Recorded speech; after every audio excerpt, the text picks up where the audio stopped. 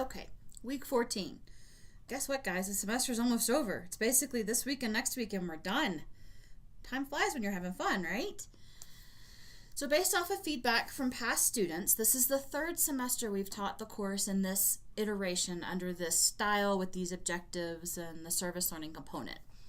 Feedback that I received when I initially designed the course, and I've done this repeatedly, it tends to be highly received. This week is dedicated to the client project, which is the final project. I want to make sure that you are dedicating your time to looking over the project guidelines. So if you go to this week's module, click on the client project link, and you will get an entire page filled with a complete overview of our client project. There is a list of 11 different topics that you will choose from to create 3 products for the client. So you're going to sign up for 3 of those 11. There is a link at the top of that page. It says sign up for the 3 topics you'll design. Click that link. It'll take you to a Google Sheet. On that sheet, you can plug in your name into the corresponding cell for the different topics that you would like to design. Make sure that you're checking the guidelines and the specifications, because you're creating both artifacts that will be in print and artifacts that will be digital only. There are size specifications to keep in mind. Now, as usual, I do not require you to use a specific tool. This is where you really do need to spend some time this week looking at what's out there. You might find that you want to use something like canva.com or Adobe Post, which is another popular platform, especially if you are an iOS user, you have an iPhone or an iPad, or you have a PC, laptop, or desktop computer. Adobe Post is one you might want to check out. If you are web-based and you're primarily on a MacBook, then canva.com is a good alternative there. It's one that I use often.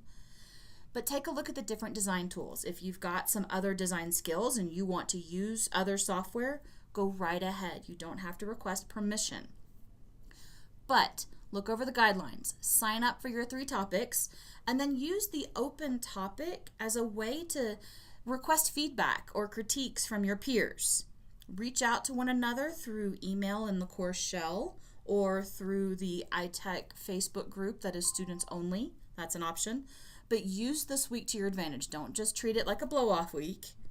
This is your week to look at what tool you want to use, look and see what types of designs have been created in this type of client project. So if you were to look at what this class created for the Laramie Tourism Board 2 years ago, not very helpful or relevant, completely different focus. But if you were to look at some of the designs that have been on the UW Library's Facebook page in the last year, that might be more helpful, and you'll see some resources that were developed by students from this class.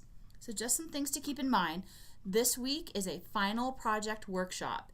If you have questions, if you start looking through the list and you say, oh, I want to use some Shutterstock images, now is the time to contact me and say, I need images XYZ using the image number from Shutterstock.com. I've already been doing that for a few students who were working ahead. So if you have any questions about this week, you know how to reach me. Use the on-screen navigation to access another section of this week's overview.